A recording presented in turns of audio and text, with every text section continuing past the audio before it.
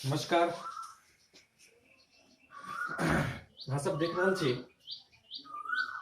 Class 10 के दोसर वाले रैखिक समीकरण सँ एकटा विशेष प्रश्न जे शर्त पर आधारित होइत अछि।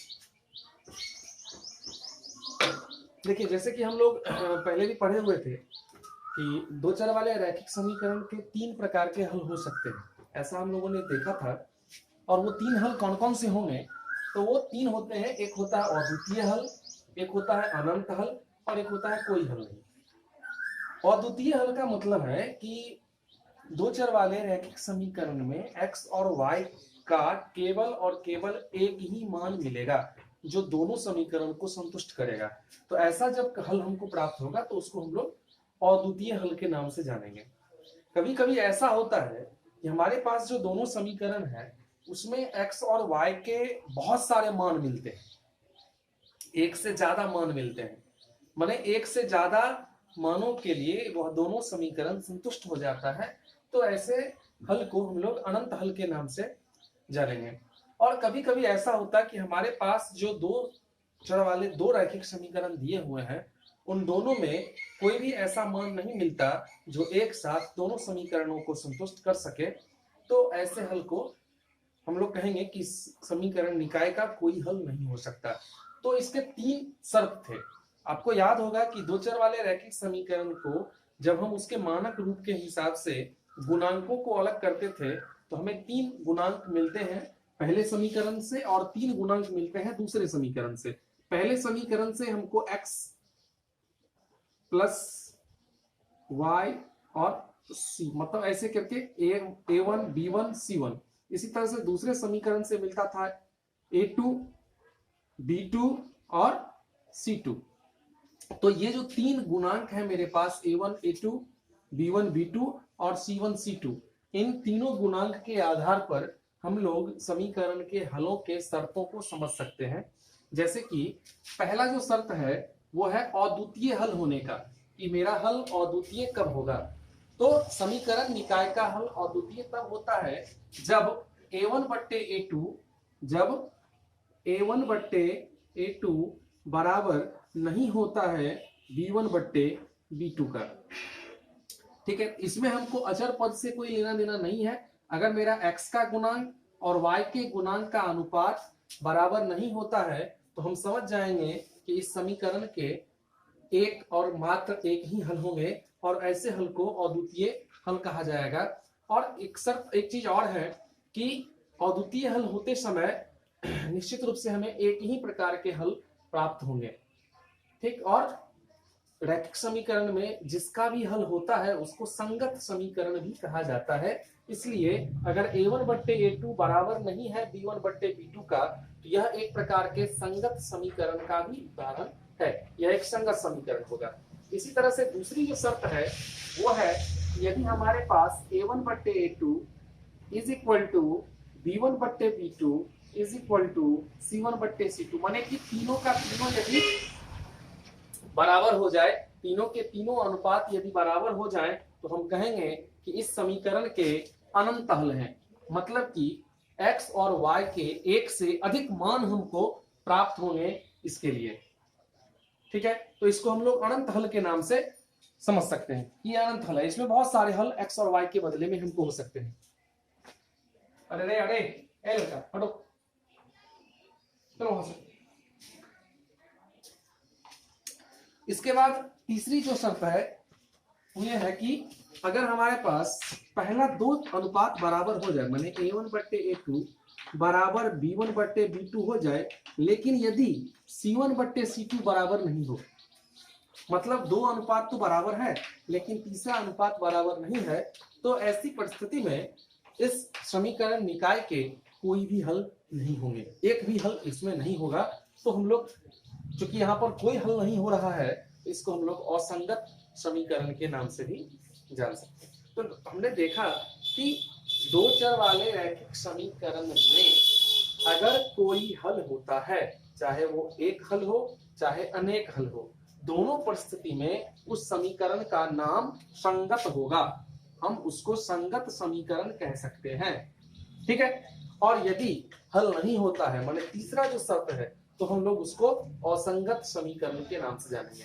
तो मोटा मोटी हम लोग ये समझे कि संगत होने के लिए दो शर्त है, या तो A1 बट्टे A2 बराबर नहीं B1 बट्टे B2 हो जाना चाहिए, या A1 बट्टे A2 बराबर B1 बट्टे B2 बराबर C1 बट्टे C2 हो जाना चाहिए था। ये दोनों परिस्थिति में हमको हल हो सकते हैं, तो ये संगत में आएंगे। लेकिन यदि A1 बट्टे A2 बराबर B1 बट्टे B2 लेकिन C1 बट्टे C2 के बराबर नहीं होता है, तो हम लोग समझे कि इसका कोई हल नहीं हो सकता है।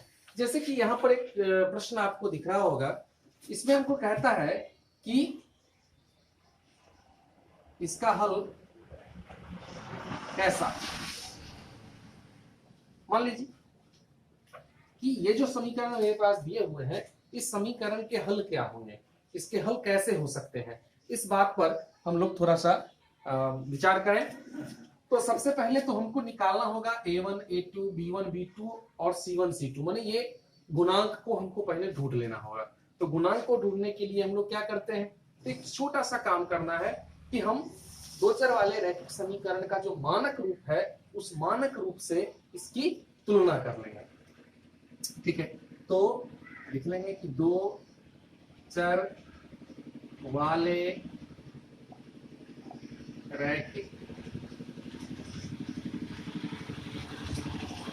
समीकरण के मानक रूप से तुलना करने पर, अब मानक रूप से तुलना करिए तो देखिए पहले समीकरण में A1 B1 C1 होता है और दूसरे समीकरण में A2 B2 C2 होता है। A x का गुणांक होगा, B y का गुणांक होगा और C जो है वो अचर पद होता है। तो यहाँ पर हम लोग x, पहले समीकरण में जो x है, x का गुणांक है 3, तो यहाँ पर हो जाएगा A1 is equal to 3, B1 is equal to, अब देखिए यहाँ पर -5 नहीं, तो चिन्ह के साथ हम लोगों को लिखना है -5, ठीक, और C1 के जगह पर है 20। ठीक है, हम 20 को लेफ्ट साइड में भी LHS में भी ला करके लिख सकते हैं। इसी तरह से A2 के जगह पर है 6, B2 के स्थान पर है -10 और C2 के स्थान पर है 40।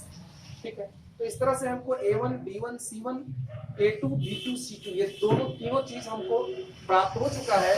तो हमारा अब काम बनता है कि हम देखें कि भाई ये तीन अनुपातिक शर्त में से ये किस शर्त का पालन करता है। तो सबसे पहले हम लोग बारी बारी से तीनों अनुपात को ज्ञात कर लेंगे, ये किस अनुपात की बात करता है, किस अनुपात को फॉलो करता है। तो चलें, सबसे पहले हमको निकालना होगा A1 बट्टे A2, A1 बट्टे A2 इज इक्वल टू, अब देखिए A1 के जगह पर क्या था, तो A1 के जगह पर 3 था और A2 के जगह पर क्या था, तो A2 के स्थान पर 6 था। तो हम लिख लेंगे 3 बट्टे 6। यदि यह कटने वाला है तो हम इसको काट लेंगे आसानी से। तो देखिए 3 और 6 आपस में कट सकता है, तो 3 दूनी 6 होता है, तो 1 बट्टे 2, इसका मतलब ये होगा। इसी तरह से A1 A2 निकल गया, तो फिर हमको निकालना होगा B1 बट्टे B2, B1 बट्टे B2 इज इक्वल टू, देखिए B1 के जगह पर है -5, तो -5 बट्टे B2 के जगह पर है -10, माइनस से माइनस कटेगा और 5 दूनी 10 कट जाएगा, माने 1/2 फिर आ गया।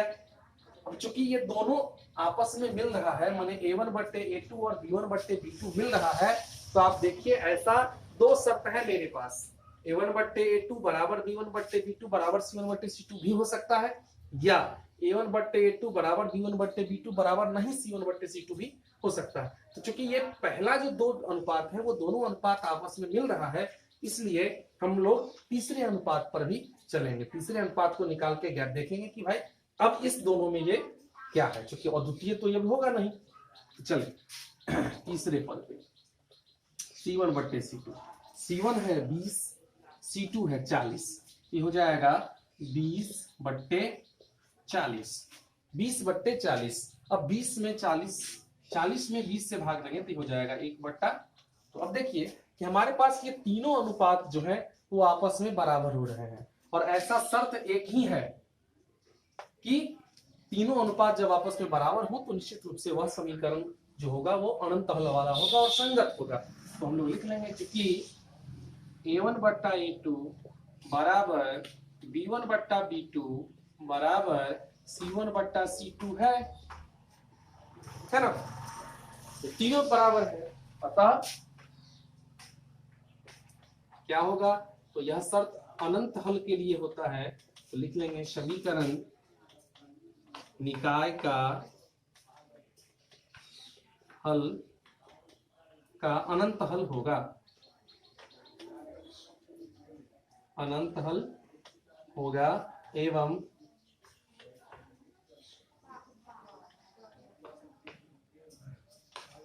समीकरण संगत है। मैंने कहा था कि जब कभी भी हल होगा तो वह संगत होगा, जब कभी भी हल होगा तो उसको हम लोग संगत के नाम से जानेंगे, वो संगत होगा। तो चले हम लोग समीकरण निकाय के संगत हल हुए, कोई दिक्कत